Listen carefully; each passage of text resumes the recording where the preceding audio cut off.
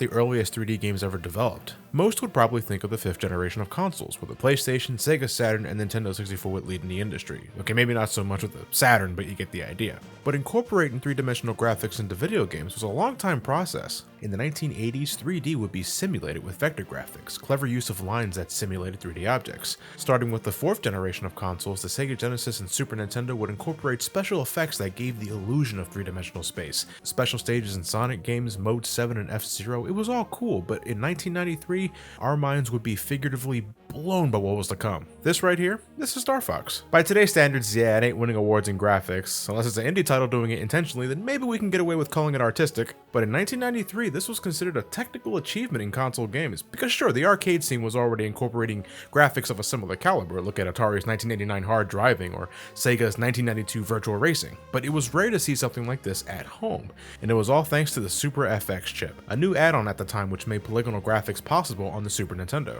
Star Fox was the game to put the Super FX chip on the map. It's most likely the first game you think of when Super FX comes to mind. But there were a handful of other games that used it too. Super Mario World 2, Yoshi's Island used it for sprite scaling and visual effects, and to really go back in time for me here, there was also games like Stunt Race FX.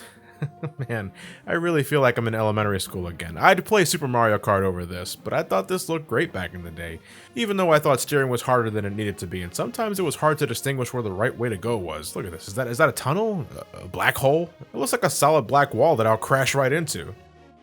Okay, no, it's just a tunnel after all. Alright.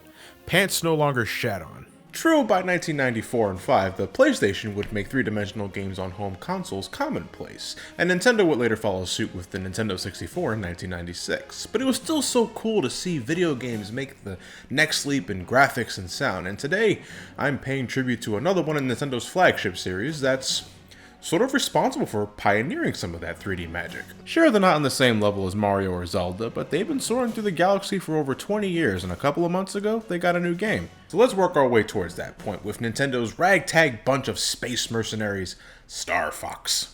Or, if you live in Europe, I guess you know the first game is Star Wing. Now, I hear conflicting reports on this. Some say the name was changed because Star Fox sounded remarkably like a Germany-based company called Starvox, so the game was called Star Wing to avoid potential confusion in Europe. Others say it was because of copyright concerns centering around a Atari 2600 game called Star Fox. I got this as a fan donation, so thanks for the consideration, but if I had an Atari 2600, I'd totally play this for shits and giggles, but I don't, so I looked it up on YouTube, and it looks like 75% of the console's library. I'm sure it was fine for the time, or not. I wasn't really born in 1983. Oh wait, now that I say that out loud, that was around the time of the video game crash of 83, so maybe this did suck. Alright, enough about Star Fox, let's talk about Star Fox. Now this may come as a shock to some, but out of all the video games I'm doing for this marathon, it's this one I have the most experience with. Now, why is that? It's because, in actuality, I've not played most of these games. And if I did, it was only for a short sampling, and this includes the one considered to be the best in the series, Star Fox 64. Yeah, I know, sacrilege! I know a lot about the lore of Star Fox and all that, but the actual games, I'm heading into most of them as a total newbie. So I'm excited to see how things will turn out for the Star Fox series, but we do have to start with the SNES game first, so for all intents and purposes, let's take off.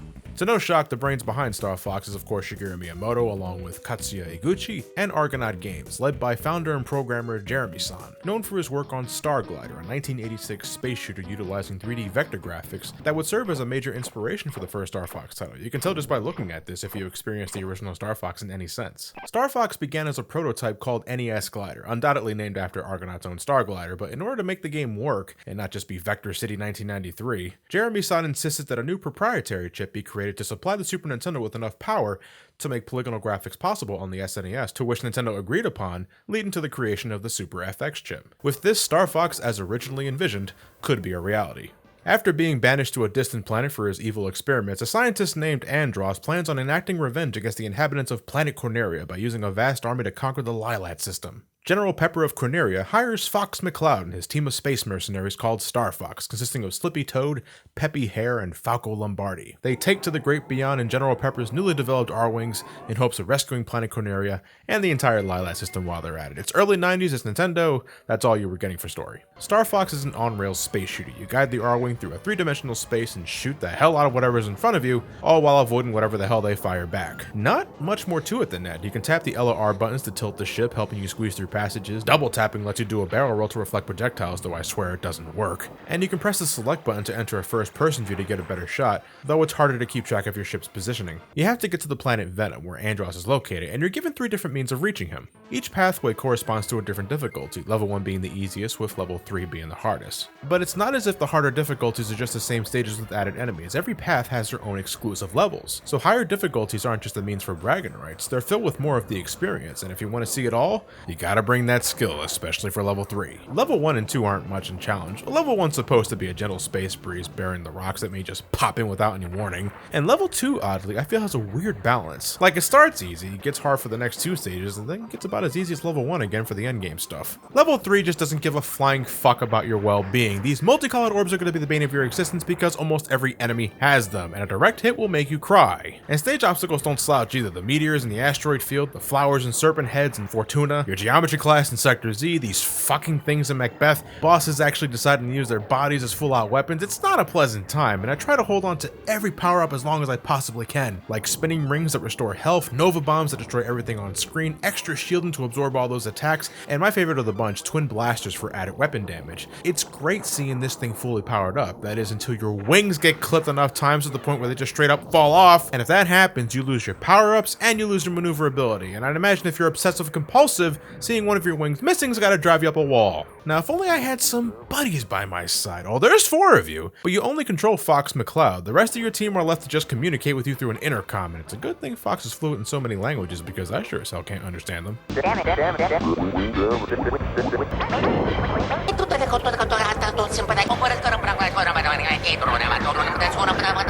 Your buddies can either warn you on incoming enemy craft that you can clearly see already, or as you may know, spend most of their existence getting shot down by enemy fire. This is what feels like your team was made for, goddammit, an added obstacle for yourself, because I'm not fucking kidding, they're in constant danger! If they take too many hits, they go down for the rest of the game, making it nearly impossible for you to get a high enough score for extra credits, and you need those, because you're back to the title screen when you get a game over. It's surprisingly punishing for a first-party Nintendo game, even back then. What gets me though is that besides the possibility for continues, your teammates rarely add to anything else. Like I would think if you rescue your bud, they would assist you in an upcoming obstacle, but no, it may look like they're firing at something, but trust me, they ain't hitting shit. I found this to be the most obnoxious in planets like Macbeth, where you got these towers that fire spectacularly damaging projectiles at your ass, and look, what the hell are you doing, Slippy? Shoot the fucking things! Oh wait, where are you going?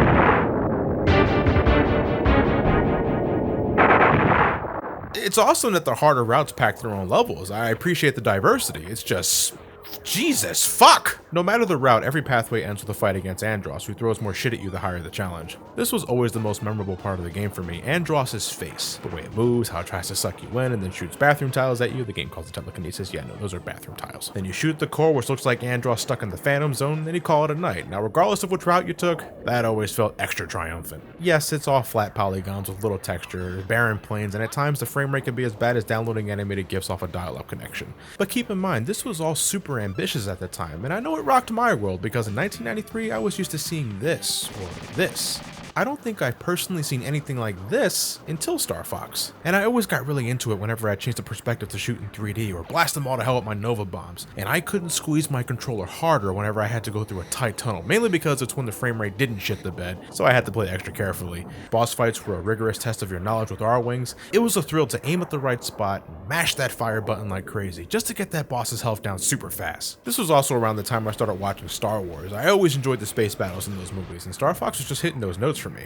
The music came in 2 flavors. When you were zooming through a planet, it was filled with that classic energy you expect from a 16-bit game, but when you're soaring through space, it was an epic orchestra. An orchestra by 16-bit standards for sure. But composer Hajime Hirasawa did a remarkable job in replicating how an orchestra could enhance traveling in the vast ocean of space. Yes, even Sector Y, the literal space ocean with space manta rays, space amoebas, and a space whale that shat out power-ups. Despite what level 3 put me through, and it put me through a lot, I still enjoy this game. I got too many memories with it to stay angry at it, if the nostalgic bias wasn't obvious enough. I still remember the first time I discovered the secret black hole level, or the secret bird that warped you to another dimension, where you fought paper airplanes and ended things by battling a giant slot machine. It was so weird, surreal, but memorable. However, I also recognize when something has aged, and Star Fox has aged. The graphics are the biggest sticking point, and it lags like crazy. That could be beneficial in some cases, like how it can give you an extra buffer in avoiding things, but I know it's not very pleasing to the eyes, and it makes the control feel unresponsive at points, a huge no-no in my books. It's got great music, and when it isn't absolutely destroying you in later instances, I find it rewarding when you take aim, fire with all you got, and take those enemy ships down, whether it's a meteor with a troll face,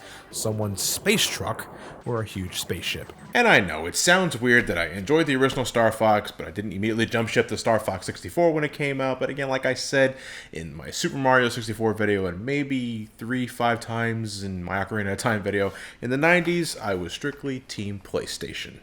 The N64, this baby right here, wouldn't even be a thing in my house until the early 2000s. But I'm jumping the gun here, for you see, we're not exactly done with the Super Nintendo just yet. Star Fox 64 wouldn't come out until 1997, but did you know there was a direct sequel on the SNES being developed for the original Star Fox in 1995? Star Fox 2, where returning Andross is back for revengeance, and he's brought more cosmic threats with him. As Team Star Fox, this time rocking more recruits such as Faye the Poodle and Mew the Lynx, you blast through the opposition using newly upgraded R-Wings and take down Andross's army, all while constantly defending planet Corneria. A simple plot once more, but there's way more variety here with what you do.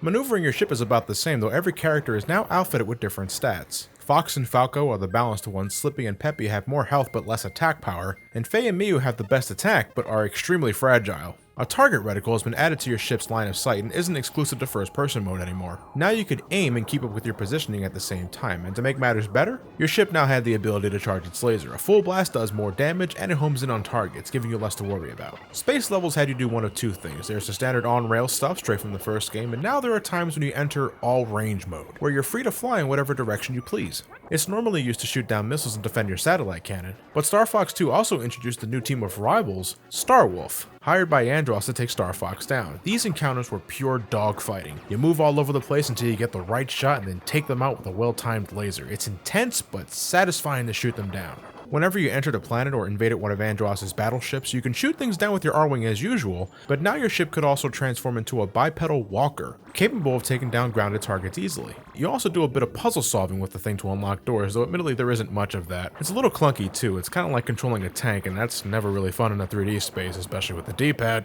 But thankfully you got the target reticle and homing shot to make up for the loss of speed, mobility, and accuracy. It does feel like a natural extension of the R-Wing vehicle. It's got its ups and downs, it's not overpowered, but not underwhelming, and you can transform between the two forms at any time. Your main objective is to stop Andross, but what's probably more important is protecting Corneria. Andross is a real shitty shit in this game, sending out an unrelenting amount of enemy forces towards the planet. As Star Fox, you need to intercept whatever is approaching the planet currently, wipe out battle stations that can launch attacks at Corneria from a distance, and neutralize bases that Andross has established on other planets. If Corneria's damage level reaches 100%, the game ends immediately, so it's important to prioritize threats based on proximity and current danger level. From the sound of it, Star Fox 2 is a bit more adrenalized and frantic than the original, seeing as you basically have a countdown of sorts with Corneria's line of defense, and if you slack off too much, that's Armageddon. Yes, by design, Star Fox 2 is more hectic, but I think this game is way easier than Star Fox 1. I mean, Expert Mode doesn't let up, but I still think it's easier than Level 3 in Star Fox 1, if only because you have more options with different characters,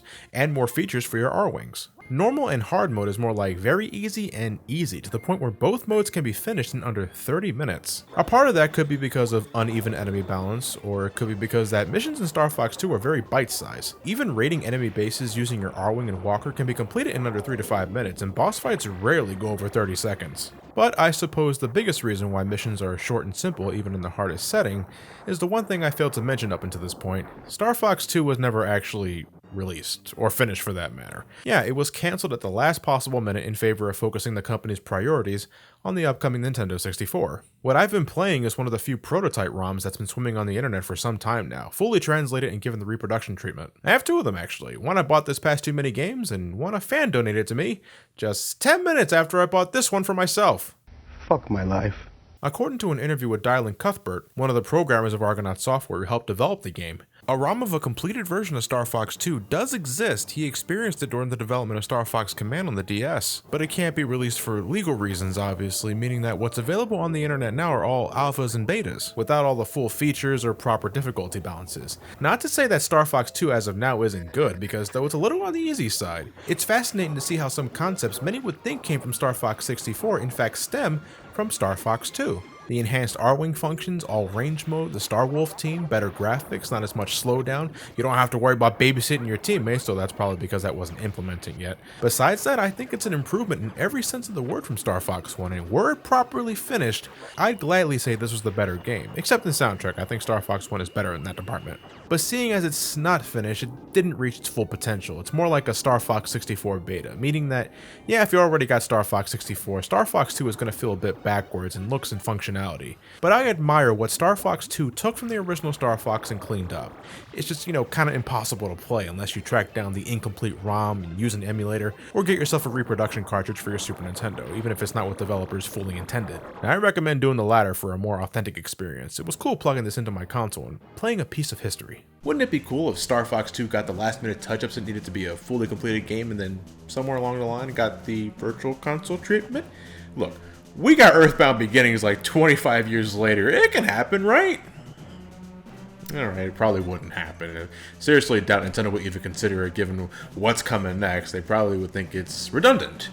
And that said, next time we meet up in the Star Fox Marathon, folks, I'm looking at a beloved N64 classic, Star Fox 64, and I'm eager to see what Nintendo took from Star Fox 2 and incorporated it into something that's probably an even better game. It's a safe bet, it is, but can I still recommend it to gamers of today? We'll find out. With all that said, thank you guys for watching. Have yourselves a fantastic night, and take care.